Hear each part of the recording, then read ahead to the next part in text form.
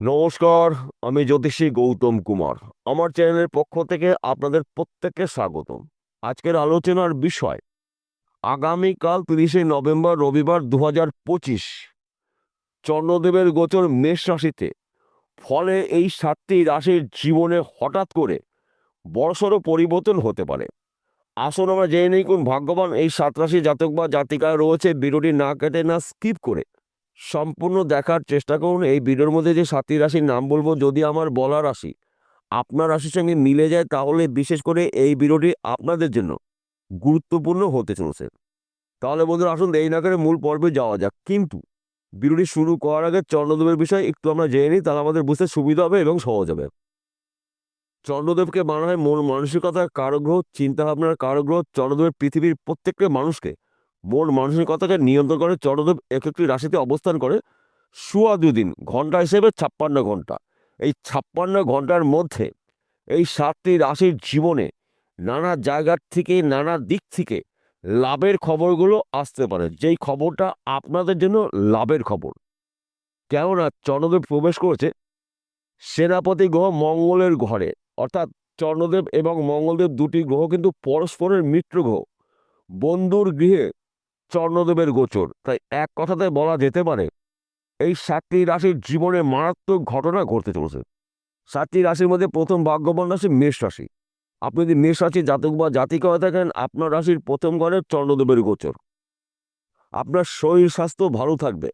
অনেক দিনের আশা বা স্বপ্ন পূরণ হতে পারে। আপনি বেকার বা বেরোজগার কাজকর্মগুলো পেতে পারেন। ফাটকাতে অর্থ লাভ রয়েছে। এই সময় চলাকালীন কিন্তু বন্ধ ব্যবসা পুনরায় শুরু করতে পারেন।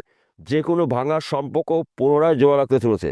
সন্তান সুখ প্রাপ্তি, গৃহে সুখ সমৃদ্ধি প্রবেশ করবে চন্দ্রদেবের কৃপা আশীর্বাদে। বন্ধ ভাগ্যের তালা স্বয়ং চন্দ্রদেব কিন্তু খুলতে চলছে, কিন্তু আপনারা একটু বুঝে শুনে চলবেন।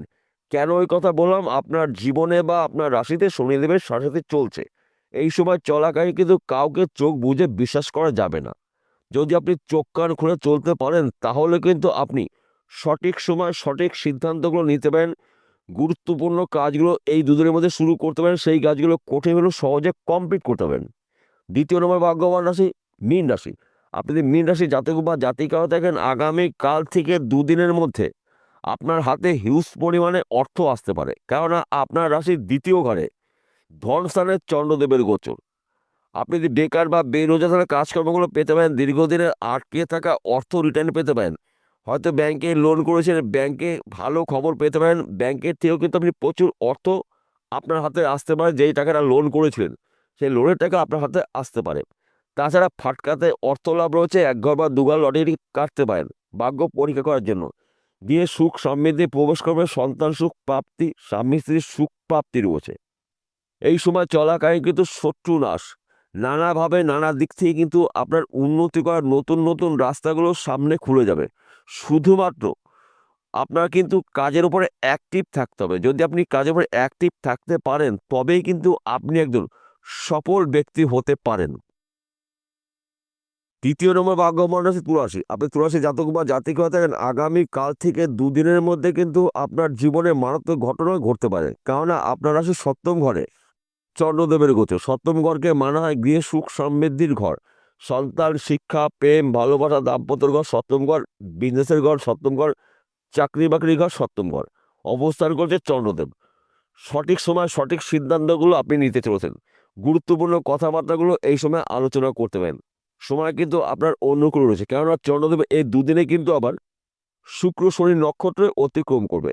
অর্থাৎ দুটি শুভ গ্রহ নক্ষত্রে অতিক্রম করবে চন্দ্রদেব। তাই এক কথাতে বলা যেতে পারে তুলারাশি জাতক বা জাতিকারের না চাইতেই অনেক কিছু ভাগ্যে প্রাপ্তি রয়েছে।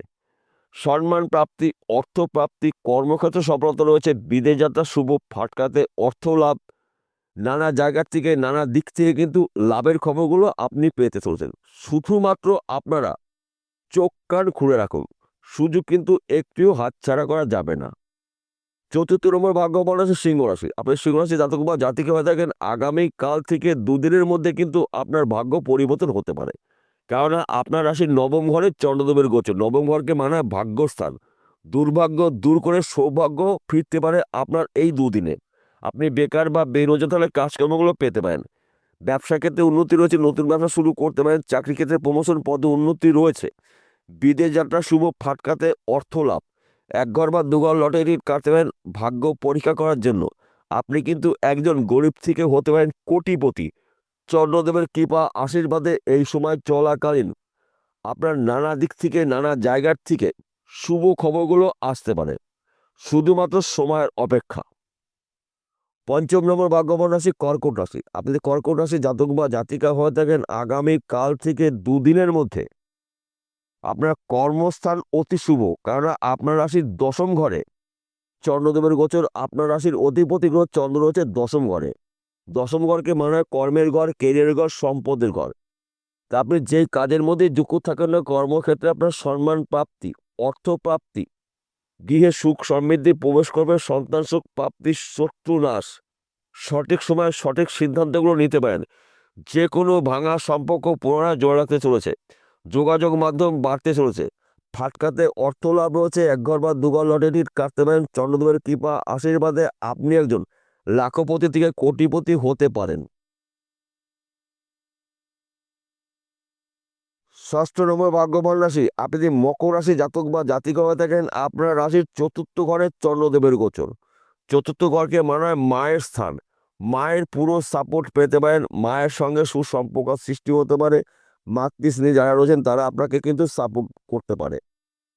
এই সময় চলাকালীন কিন্তু আপনার হঠাৎ করে হাতে হিউজ পরিমাণে অর্থ আসতে পারে। আটকিয়ে থাকা অর্থ রিটার্ন পেতে পারেন। বন্ধ ব্যবসা শুরু করতে পারেন। চাকরি ক্ষেত্রে প্রমোশন রয়েছে, পদ উন্নতি রয়েছে। আপনি হয়তো কৃষক পরিবারের ব্যক্তি, কৃষিকাজের মাধ্যম দিয়েও কিন্তু আপনি আপনার স্বপ্ন বা টার্গেটগুলো পূর্ণ করতে পারেন চন্দ্রদেবের কৃপা আশীর্বাদে।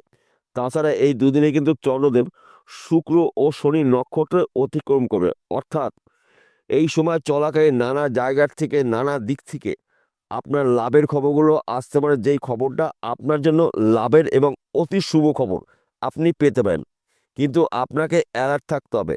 সুযোগে সৎ কাজগুলো করতে পারেন, তবেই কিন্তু আপনি একজন সফল ব্যক্তি হতে পারেন। সপ্তম নম্বর ভাগ্যবান রাশি মিথুন রাশি। আপনি যদি মিথুন রাশি জাতক বা জাতিকা হয়ে থাকেন, আগামীকাল 30শে নভেম্বর রবিবার থেকে দুদিনের মধ্যে আপনার জীবনে অলৌকিক কিছু শুভ ঘটনা ঘটতে পারে। কেননা আপনার রাশির একাদশ ঘরে চন্দ্রদেবের গোচর। একাদশ ঘরকে মানা হয় লাভের ঘর, সঞ্চয়ের ঘর, সম্পদের ঘর, সম্মানের ঘর। সুখ সমৃদ্ধি আপনার জীবনে প্রবেশ করবে। বেকার বা বেরোজগার কাজকর্মগুলো পেতে পারেন। কাজের চাপ হতে পারে। ব্যবসা ক্ষেত্রে উন্নতি রয়েছে, নতুন ব্যবসা শুরু করতে পারেন। ফাটকাতে অর্থ লাভ। এক ঘর বা দুঘর লটারি টিকিট কাটতে পারেন। চন্দ্রদেবের কৃপা আশীর্বাদে আপনি রাতারাতি কোটিপতি হতে পারেন। কিন্তু এই সময় চলাকালীন কিন্তু আপনাকে একটু বুঝে শুনে চলতে হবে। কাজের চাপ হতে পারে। যেই কাজগুলো খুঁজেছিলেন সেই কাজ কিন্তু আপনি পেতে চলেছেন। এই সময় চলাকালীন কিন্তু আপনার নানা জায়গার থেকে, নানা দিক থেকে শুভ খবরগুলো আসতে পারে, যেই খবরটা আপনাদের জন্য শুভ। এইবার আমি সবার শেষে একটি কথা বলছি। তার পাশাপাশি 7টি রাশি জাতক বা জাতিকাদের একসঙ্গে 3টি বিষয় বলবো। প্রথমত, আপনারা এই সময় চলাকালীন একাধিক পথ থেকে উন্নতি করার সুযোগ পাবেন।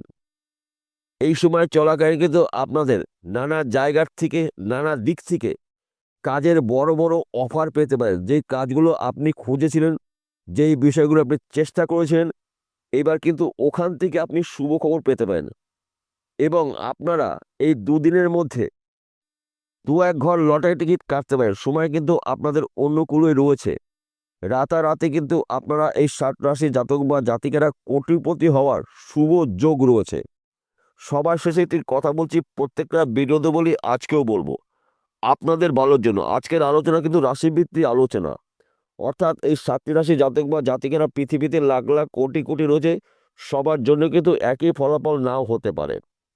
কেন হবে না? যদি আপনার জন্ম কুণ্ডলিতে চন্দ্রদেব শুভ থাকে, শুক্র গ্রহ শুভ থাকে, তবেই কিন্তু আপনি একজন সফল ব্যক্তি হতে পারেন।